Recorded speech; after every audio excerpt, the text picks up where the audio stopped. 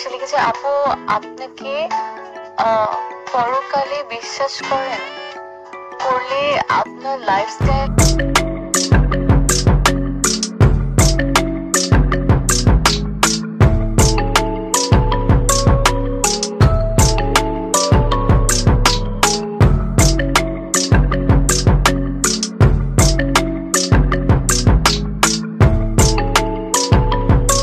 সে লিখেছে, আপু আপনি কি পরকালে বিশ্বাস করেন?